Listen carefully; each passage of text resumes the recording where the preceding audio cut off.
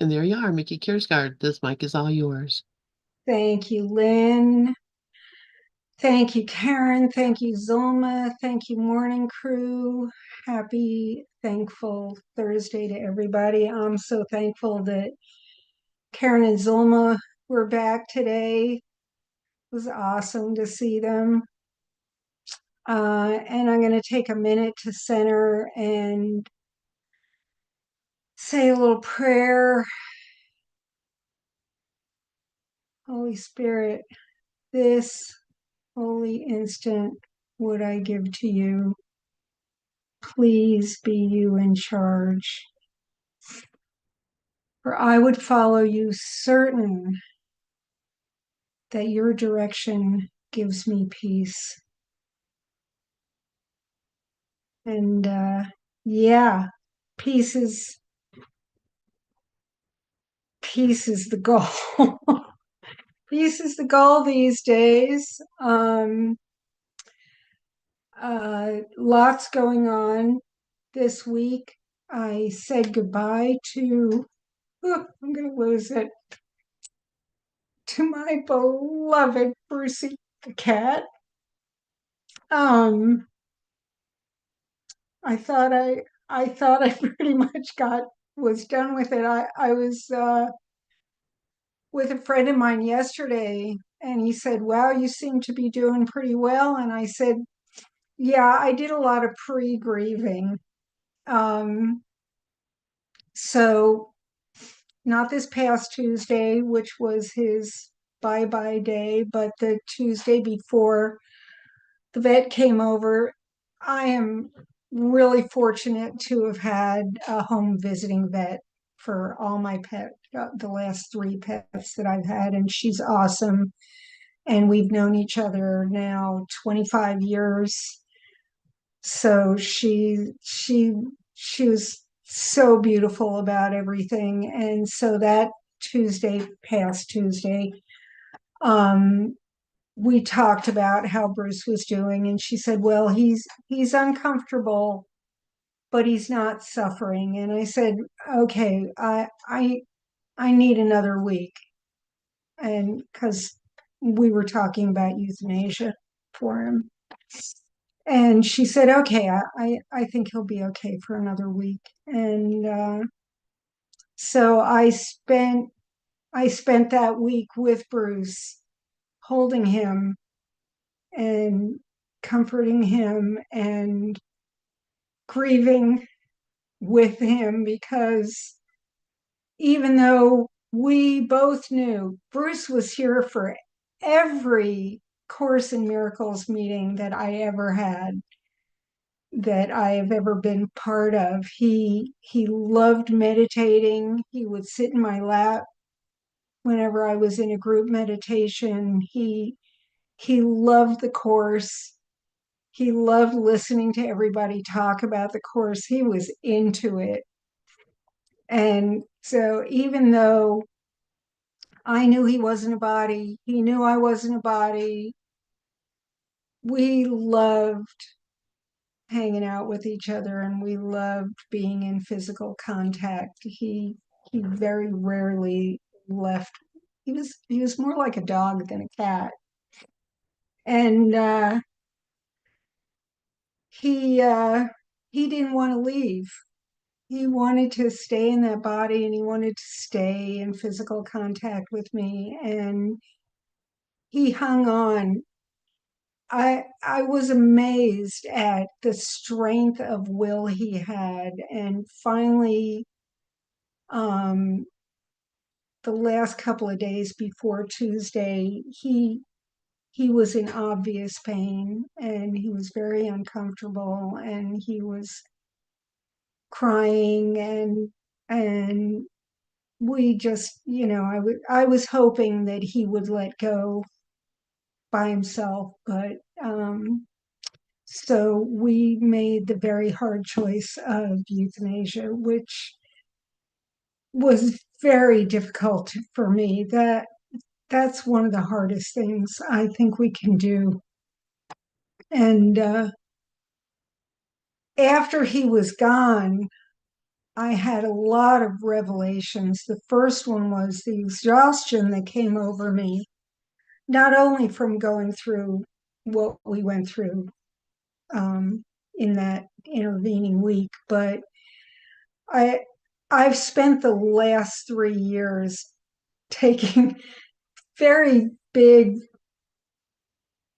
efforts to keep him alive. He had a bunch of medical issues. He was down to 7 pounds from 12. He had he had a ton of, I was giving him medicine a couple of times a day. I was trying making these food concoctions trying to get him to eat. I spent a lot of effort over the last year trying to keep him in that body, and I realized that had taken so much energy out of me that I was just exhausted. And finally, when he left the body, I realized also, so it was a big release for both of us. And I felt his energy go onto a different plane. And then I realized what a big presence he was in this house. The house all of a sudden felt twice as big. His energy was enormous, and all of a sudden I was in this big empty house. It was crazy. But um during that week, well, I we spent a majority of our time in this chair in my living room. That's a big, huge, comfy chair. And we sat in front of the television and we watched TV. I admit it. I, I wanted to escape. I didn't really want to do a lot of it. And I knew he did not want me to leave the house. He was like, nope, nope, you're staying right here, and I am staying in your lap. And we are sitting in this chair and we were watching TV. And I had some big revelations sitting in that chair watching TV, one of which was, what is TV all about for us? We know it's an escape, but it is also, we are trying to create the happy dream. You look at all these TV shows, you know, I like a rom-com, I'll admit it. And and it's always about the happy ending. It's always the pretty people. It's always, like, we're not well adjusted now, but if we get together, if my ego gets up with your ego, we are going to have the perfect world. We are going to make a happy life. It's either boy gets girl, boy gets boy, girl gets. I watched a lot of romance and everybody was winding up with everybody else. But then I realized also, even in the action movies, we're trying to, it's always the hero that wins. The good guy always wins. Even if he's a thief, you can watch those movies like the Oceans movies, Oceans 11 and Oceans, however many people they are, they're the good-hearted thieves that are doing it for a good cause, and they're always robbing the bad guys. And we just make these happy outcomes in every TV show. All that I watched this one show, it was this teeny little southern town, and I was looking at it after a while. I'm like, where are the gas stations? A few blocks down from my house, there's this gas station, and every time I walk by it, I'm like, there's something sketchy going on over there. There's these little parts of town where you're like, yeah, the things are not right over there. I'm watching this TV show. I'm like, where are the gas stations? Where's the grit? Where's the real life in this? Because we don't want that. We want to make and the course talks a lot about the happy dream. The happy dream is not making this world look neat and tidy. The happy dream is us realizing where we really are. It talks a lot about the happy dream, and we make the mistake of thinking that when we wake up and realize our oneness with God, all of a sudden this world's going to look prettier. That is not what the Course is talking about. That is not the happy dream. We want to make a better dream. We want to stay in the dream and just tie it up in a little bow and make it not ugly. We want to make this world a place that we can be comfortable in. Well, we're not going to be comfortable in this world. Not when we're still believing in this identity, in this personality, in everybody else's personality. We want to fix the dream. We're always trying to fix each other. We're always trying to fix ourselves. We're always trying to figure out how to make life easier and better and more comfortable. And the joy is not going to come by fixing the world. I like to say to people all the time, you're dealing with egos. Don't try and fix the ego. Don't try and figure it out. Don't try and fight the ego. We're dealing with egos. Don't fix it, don't fight it, don't figure it out.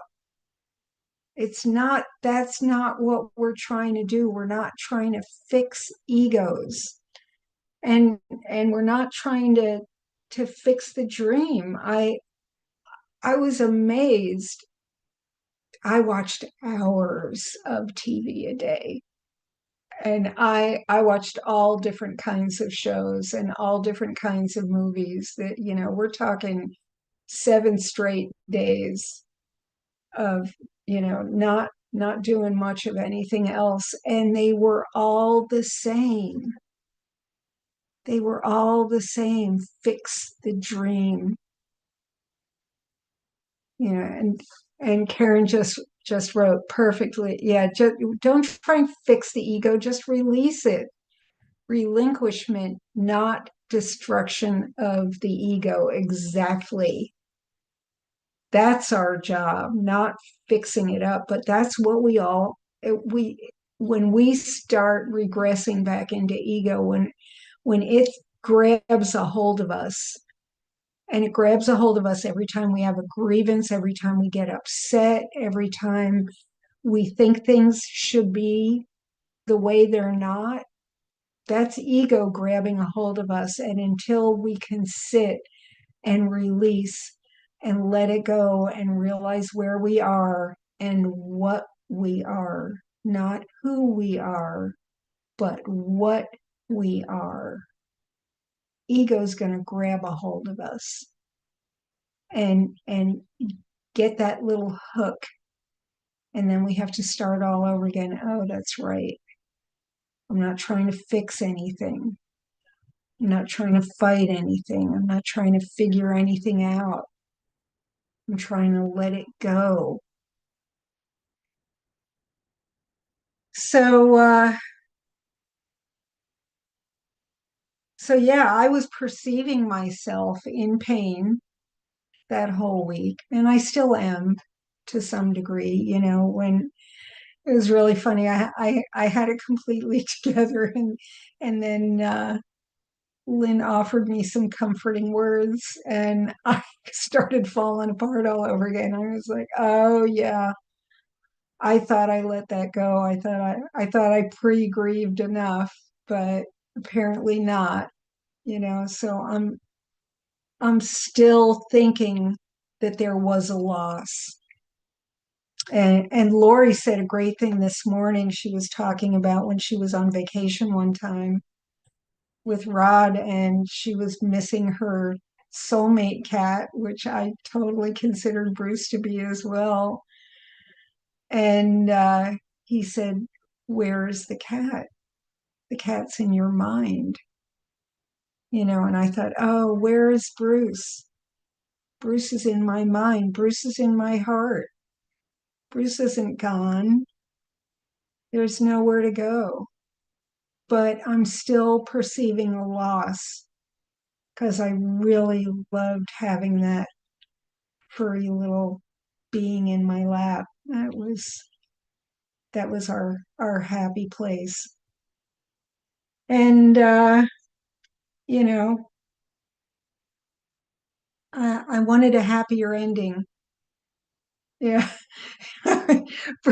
Karen just wrote, Brucey was the best husband ever. Absolutely. I used to call Brucey my furry little four-legged feline husband because he thought he owned me.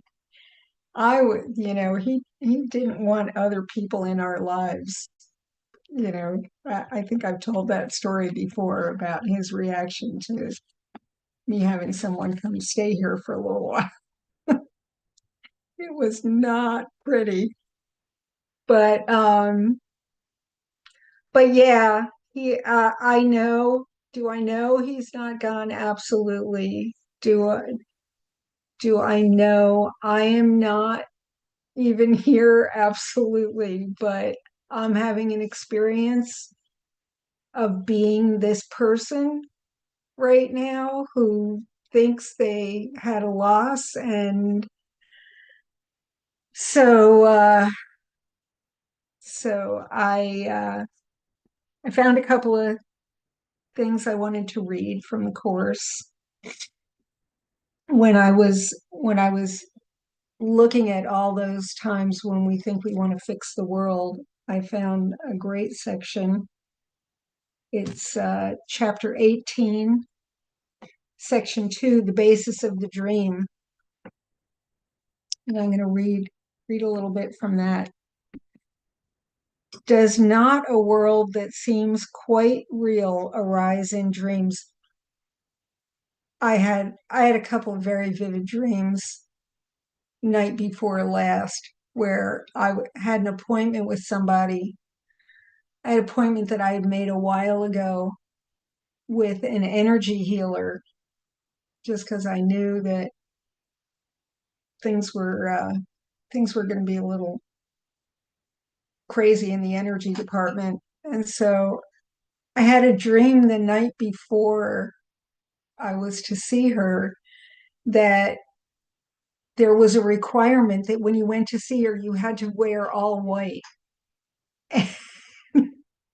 and I had on these blue and black clothes, and I was running all over town, not my town. I think it was one of those TV towns, and trying to find white clothes for this appointment, in this panic that I wasn't going to be able to see her if I didn't have white clothes. It was hysterical. And it felt incredibly real. When I woke up, I was like, whew, boy, I still feel stressed out from that dream. Does not a world that seems quite real arise in dreams? Absolutely. Yet think what this world is just as much of a dream. It is clearly not the world you saw before you slept. Rather, it is a distortion of the world planned solely around what you would have preferred. And yeah, we're always planning what we think this world should be, what we would have preferred. Here you are, quote, free to make over whatever seemed to attack you and change it into a tribute to your ego, which was outraged by the attack. Anything that we think is in this world that is uncomfortable for us, we want to change and attribute to our ego. because it's only the ego that's uncomfortable with anything that's going on in this world. We're in that ball of light I talk about all the time. We are that ball of light, but we think we're here in a body and a personality, and something's going wrong that we perceive as an attack, either by ourselves or to ourselves or on ourselves. And we want to fix it and change it in a tribute to the ego. This would not be your wish unless you saw yourself as one with the ego, which always looks upon itself and therefore on you as under attack and highly vulnerable to it. This would not be your wish unless you saw yourself as one with the ego. Every time I get up in the morning and look in the mirror and see this and call it Miki, I am seeing myself as one with the ego. Every time I attach to this personality and its wants and its desires and its likes, I am seeing myself as one with the ego. It's only when I can expand my mind into that light that I saw that day that I am relinquishing just for a moment the idea of being this ego. Dreams are chaotic because they are governed by your conflicting wishes, and therefore they have no concern with what is true. They are the best example you could have of how perception can be utilized to substitute illusions for truth. You do not take them seriously on awakening because the fact that reality is so outrageously violated in them becomes apparent. Yeah, that woman did not require that I wear white clothing. Reality was outrageously violated, but I was panicking in that dream. But when I woke up, I did not take that seriously. Yet they are a way of looking at the world and changing it to suit the ego better. We always want to fix the dream. They provide striking examples, both of the ego's inability to tolerate reality. We don't want to tolerate it, we want to fix it. They provide striking examples, both of the ego's inability to tolerate reality and of your willingness to change reality on its behalf. We're always looking to make it better. And why would we want to mess with that? Why do we want to fix it? Why do we want to figure it out? You do not find the differences between what you see in sleep and on awaking disturbing. That's an interesting sentence. You do not find the differences between what you see in sleep and on awaking disturbing. You recognize that what you see on waking is blotted out in dreams. Yet on awakening, you do not expect it to be gone. In dreams, you arrange everything, even the white clothes. People become what you would have them be, and what they do, you order. No limits on substitution are laid upon you. For a time, it seems as if the world were given you to make it what you wish. You do not realize you are attacking it, trying to triumph over it and make it serve you. And those are your waking dreams. We don't realize we're attacking the world every day that we want it to be different than what it is. Dreams are perceptual temper tantrums in which you literally, and I love this line, in which you literally scream, I want it thus. And there's a video by Keith Kavanaugh where he goes into that really beautifully, and I love what he had to say about it. That's the ego's battle cry. I want it thus. I want it different. I want to fix it. I want to figure it out. I want to fight this thing that's going on because I want it thus. And thus it seems to be. And yet the dream cannot escape its origin. Anger and fear pervade it, and in an instant, the illusion of satisfaction is invaded by the illusion of terror. For the dream of your ability to control reality by substituting a world that you prefer is terrifying. Because what if we could change things all the time, every time we had a little whim? And then, and you ever figure something out and decide a few days later, oh, I think I made a mistake? You ever go, oops, I thought I wanted that, but I really didn't. I thought I wanted that person. I just found out they're a jerk. I thought I wanted that car. I found out it's awful. I, I can name you a million things that I have wanted and gotten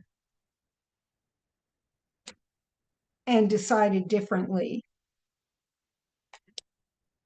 For the dream of your ability to control reality by substituting a world that you prefer is terrifying because we don't know what anything is for and we don't know our own best interests. And Karen wrote, my way. Yeah. I hear that Frank Sinatra song in my head all the time when I'm trying to get my way. Your attempts to blot out reality are very fearful, but this you are not willing to accept. And so you substitute the fantasy that reality is fearful, not what you would do to it, and thus is guilt made real. Yeah, we we fear that onslaught of love. We fear what reality would bring because it would be our obliteration. We think that we would be completely annihilated if we accepted reality. So you substitute the fantasy that reality is fearful, not what you would do to it, and thus is guilt made real. Dreams show you that you have the power to make a world as you would have it be, and that because you want it, you see it. I want it thus. And while you see it, you do not doubt that it is real. Yet here is a world clearly within your mind that seems to be outside. You do not respond to it as though you made it, nor do you realize that the emotions the dream produces must come from you. It is the figures in the dream and what they do that seem to make the dream. We're all buying into this every minute that we think we're here. We're remaking the dream and remaking the dream and trying to figure it out and trying to fix it. And what we're doing is cementing ourselves in the dream. And we're cementing the guilt, and we're cementing the struggle that we think we have with people. We're cementing the emotions. We're cementing the grievances. It is the figures in the dream and what they do that seem to make the dream. We're all making each other up. It's amazing. You do not realize that you are making them act out for you. For if you did, the guilt would not be theirs, and the illusion of satisfaction would be gone. Yeah. In dreams, these features are not obscure. You seem to waken, and the dream is gone. Yet what you fail to recognize is that what caused the dream has not gone with it. And that's the sleeping dream we're talking about here. Your wish to make another world that is not real remains with you. And I think that's why I love sleeping so much. I'm just trying to escape. I just every night I'm like, get me out of here. Let me make another world. Let me be in a world that might seem better. Karen's got her hand up. Go ahead, Karen. Thanks, Mickey. First of all, I want to thank you for being here today because I know it's not easy what you're going through. I can imagine what it's like, what you're going through. Oh my God, my hair, I got to cover that up. Um, but yes, thank you so much for being here. I really appreciate your being here. And I love this section, and I love all that he talks about on dreaming, and this whole Course in Miracles is amazing. But something jumped out at me that I never really realized before, because I know in this section, I know he's really reminding us how our, sleeping and waking dreams are the same. And this really is very helpful, that what you just read in paragraph 5, sentence 6, where he says, you do not realize that you are making them act out for you. For if you did, the guilt would not be theirs, and the illusion of satisfaction will be gone. So how that kind of helps me is because it's reminding me that in my waking dream, when I'm making someone act out for me the way I want them to, because it's my interpretation. It's my interpretation of how I'm seeing. It's not the truth. So recognizing that's true in my sleeping dreams too, which I never put those two together with that, but it's my interpretation. It's just the perception. It's not the truth. It's seeing with the body's eyes. So I love just being reminded of that it's always an interpretation and not the truth. So I just kind of noticed that when you were reading. So thanks. Absolutely. Thanks, Karen. And what this paragraph is showing me also is that the difference between the waking dream and the sleeping dream is infinitesimal. There's so little difference between the two. We're we're always making this up. We're making it up when we're sleeping, and we're making it up when we're awake. And there's really not that much of a difference. You know, I think of my sleeping dreams as an escape, but they're not. And this is no more real than my sleeping dreams. It's ridiculous to even think that there's any difference. Your wish to make another world that is not real remains with you. Yeah, we want to fix this. Karen's got her hand up again. Go ahead. Yeah, I just want to say again how helpful this is, because it's also reminding me where he tells us in the manual for teachers that awareness of dreaming is the real function of God's teacher. So what this section that you're sharing is so helpful because it's making us recognize that, you know, that it's all a dream. Like, remember you're dreaming. That song by Nita Boyne that we all love. Remember you're dreaming. And I'm always reminded of a story that a course teacher told me once. He used to have this recurring dream every night. And in the dream, there was a shark chasing him. And every time he would wake up from this dream, he would be terrified. He would be, sweating and shaking and all that in fear. And then one night when he had the dream, he looked at the shark and recognized it wasn't real. And he wasn't scared anymore. And when he saw the shark for the reality that it wasn't, the shark swam away. So, like, that is so helpful because that's what we can do in real life too. It's the same thing. Recognizing it's not real, there's nothing to fear because it's just a dream. So that helps me so much. Now, applying it to every day is not always easy, but it's helpful. Thanks. Absolutely. That's a great story about the shark dream. That's incredible. And I was listening to the Ken lecture this morning, and this is happening to me right now. He said, you know, there comes a time when you start reading this course with different eyes, and you'll read a section that you've read before, maybe 10 times before, and all of a sudden it starts making sense. And it's another section of the veil falls away, and you start reading the course with different eyes. And I feel like that's happening with us today, that we're seeing, this section as showing us that there's no difference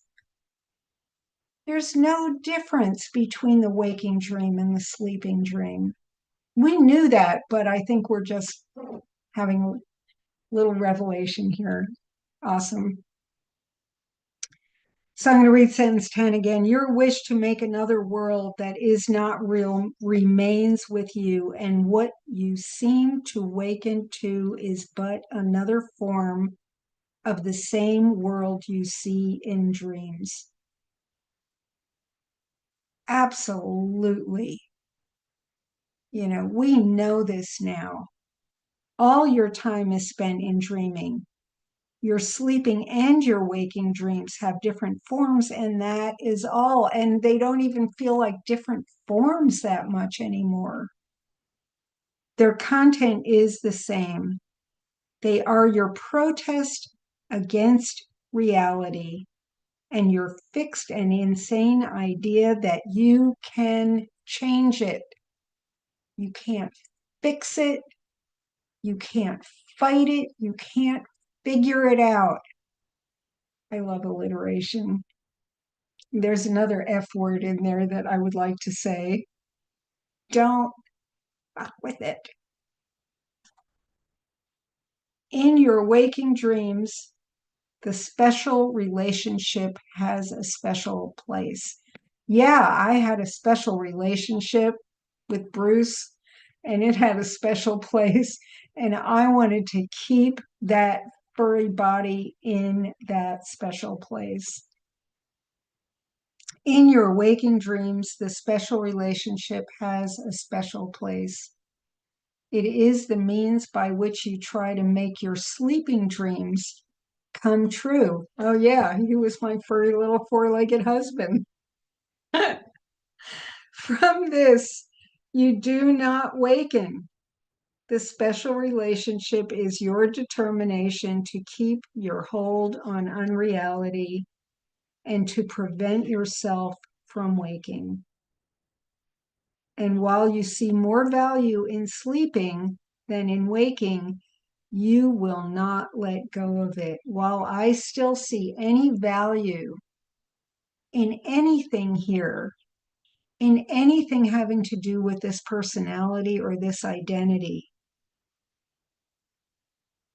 while I see more value in sleeping than in really waking up, you will not let go of it. You're not going to I'm not going to, you know, I'm not going to let go of ego until I cannot know, until I can no longer see any value in this dream. The Holy Spirit, ever practical in his wisdom, accepts your dreams and uses them as means for waking. Golly, I hope so. I don't want to try and figure out how that's going to work or what's going to happen, but I have faith that somehow what's going on, and we know Deb was talking about this morning, that everyone, regardless of what path you're on or whether you're even on a path, everyone is waking up. Everyone, it's an eventuality that nothing can stand in the way of. And the Holy Spirit, ever practical in his wisdom, accepts your dreams and uses them as means for waking. And that doesn't just mean me or Dove or Karen or Zulma or Lynn or Cher. Hi, Cher. That's not what this is about. It includes everyone. Mwah! You know, Karen's always talking about that. There are no exceptions. Everyone is waking up. And, you know, whether we have a grievance against them or not, they're there for us. The Holy Spirit, ever practical in his wisdom, accepts your dreams and uses them, your dreams and everybody else's, accepts all dreams and uses them as means for waking. You would have used them to remain asleep, and we all would. I said before, and I love it when the Course says, I said before, because, you know, we know that's a really important thing that's coming up. I said before that the first change before dreams disappear is that your dreams of fear are changed to happy dreams. And that doesn't mean anything in the world looks any different. Doesn't mean a thing. It means that our view of the world changes perspective. That is what the Holy Spirit does in the special relationship. He does not destroy it, nor snatch it away from you, but he does use it differently as a help to make his purpose real to you. And that special relationship, I think the way I interpret it, yes, we have special relationships with, you know, lots of people and lots of animals. The most special relationship that we have is to this identity, to this personality, and to this body. That's the one that the Holy Spirit does not destroy nor snatch away. You know, people come and go, pets come and go, grievances come and go, likes come and go. But our attachment and our special relationship with the body and the personality and the identity is the absolute most special relationship of all. And he's not going to destroy it or snatch it away from us, but he is going to use it as a help to make his purpose real to you. The special relationship will remain not as a source of pain and guilt, but as a source of joy and freedom. It will not be for you alone, for therein lay its misery. as its unholiness kept it a thing apart. Its holiness will become an offering to everyone. So when we let go of the ego, when we let go of all the specialness we have about ourselves, that's a blessing to everyone. That blesses everyone, that heals the entire one-ship. Your special relationship will be a means for undoing guilt in everyone, blessed through your holy relationship. And I used to think, oh, I have to be in a holy relationship with some other identity in order for all of this to work. It's all we're all one. Yes, do I need to heal with my brother? Absolutely. Do I need to think of everyone as the same as me? Absolutely. Do I need to reach out through other perceived beings? Absolutely. But that holy relationship is also the relationship I have with spirit that is going to help me let go of the ego. Your special relationship, the one I have with my ego, will be a means for undoing guilt in everyone blessed through your holy relationship, the one I have with my holy self, that will help me let go of this. It will be a happy dream, and one which you will share with all who come within your sight. Because if I can completely let go of the ego and still be in this body, it will be a blessing for everyone. And Dove wrote from lesson 25, the purpose of everything. Wait a second, Dove. It's for you. I get it now. I wasn't reading it right. The purpose of everything is it's for you. So through this blessing, through it, the blessing the Holy Spirit has laid upon it will be extended. Imagine, we've seen people who were egoless. They bless everywhere they go. The light from them extends everywhere. Think not that he has forgotten anyone in the purpose he has given you and everyone else. And think not that he has forgotten you to whom he gave the gift. He uses everyone who calls on him as means for the salvation of everyone.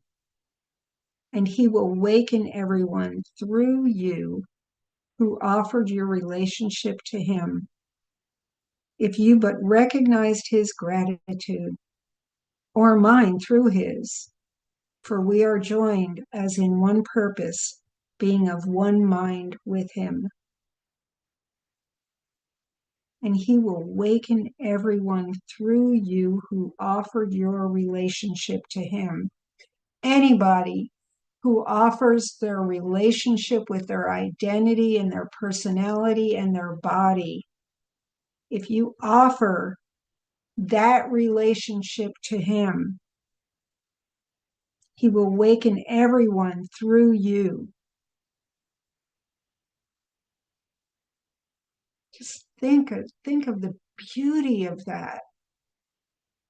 Think of the beauty of being able to extend that to anyone who's suffering, to anyone who's in pain, to anyone with a grievance. Let not the dream take hold to close your eyes.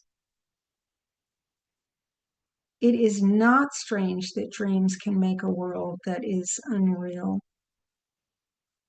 It is not strange that dreams can make a world that is unreal. We did this. We thought we pulled it off. It is the wish to make it that is incredible. Your relationship with your brother has now become one in which the wish has been removed, because its purpose has been changed from one of dreams to one of truth. You are not sure of this because you think it may be this that is the dream. You are so used to choosing among dreams that you do not see that you have made at last the choice between the truth and all illusions. This is so reassuring that we can choose, We're so used to choosing back and forth between waking and sleeping dreams that we don't even know what we're doing anymore, but we can let go of all of it, the sleeping and the waking, just by letting go of our grip on what we think is reality. Karen's got her hand up. Go ahead. I love the synchronicity of our teaching today, including with Zulma. We're all really on the same page. And what you just shared here about you are so used to choosing among dreams, you do not see that you have made at last the choice between the truth and all illusion. So it's exactly reminding me of what the manual says, that you give all problems to one answer. That's the faithfulness. In faithfulness, you give all problems, seeming problems that you think there's a lot of problems. We know there's only one problem, but he keeps telling us over and over. And I like what you said, that, where he tells you, again, he's going to tell you one more time because we need to be reminded, and I love to be reminded. I just love to be reminded. And I love the synchronicity of your teaching today. Thank you. Yeah. Isn't it amazing that we all wind up we're walking each other home here. I really believe that it just seems like we're all on the same page all the time, and we're moving forward together so beautifully, and seeing these things, and it's like the veils are dropping away for all of us together. It's really beautiful. But yeah, I want to read that last sentence again. You are so used to choosing among dreams that you do not see that you have made at last the choice between the truth and all illusions. We have. Karen said, together or not at all. That's from the Course. Absolutely. And, we have made that choice. We really have. We have made the choice to drop the illusions. It just seems that in the illusion of time, it's taking a little while, but we have already made this choice. It was done. It was already done. Yet heaven is sure. This is no dream. Its coming means you have chosen truth, and it has come because you have been willing to let your special relationship meet its conditions. We have chosen to not identify with this identity, with this body, with this personality. We've done that. And that's, I insist. I know a lot of people want to make special relationships all about another, but I'll insist that special relationship is with what we think we are. In your relationship, the Holy Spirit has gently laid the real world, the world of happy dreams, from which waking is so easy and so natural. And that happy dream, the real world, is not the one where we fix anything that we think is here. Like I've been harping on for an hour now. For as your sleeping and your waking dreams represent the same wishes in your mind, so do the real world and the truth of heaven join the will of God. The dream of waking is easily transferred to its reality. For this dream reflects your will joined with the will of God. And what this will would have accomplished has never, ever not been done. When we join our will, when we finally will and say enough of either dream, we're joining our will with God. And what is joined with God, what is his will, has never not been done. It's guaranteed. We just have to reach out and say enough of the dreaming. Enough with this dreaming business, either waking or sleeping. We don't need fantasy. We don't need to make this up anymore. We don't need to fix this. There's nothing to be fixed. And I'll just go to the chats. Deb wrote, all win or none. All is one. And yeah, the world is win, lose, or sacrifice. Shalom, nothing is broken, nothing missing. Fix what? Deb wrote. Fix what? There's nothing to fix. We're all here right now, outside the dream. We're there. We're absolutely there. We just haven't opened our eyes yet to see it. And I'm not talking about these eyeballs. I'm talking about vision eyes.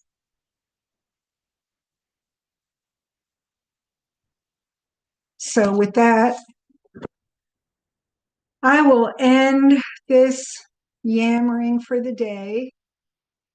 It has been lovely being with you all. I feel held and comforted by all my mighty companions. And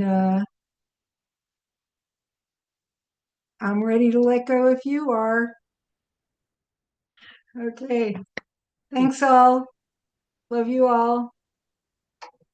Thank you so much, Mickey. That was wonderful. And yeah, we're in the audience in the theater watching Dorothy.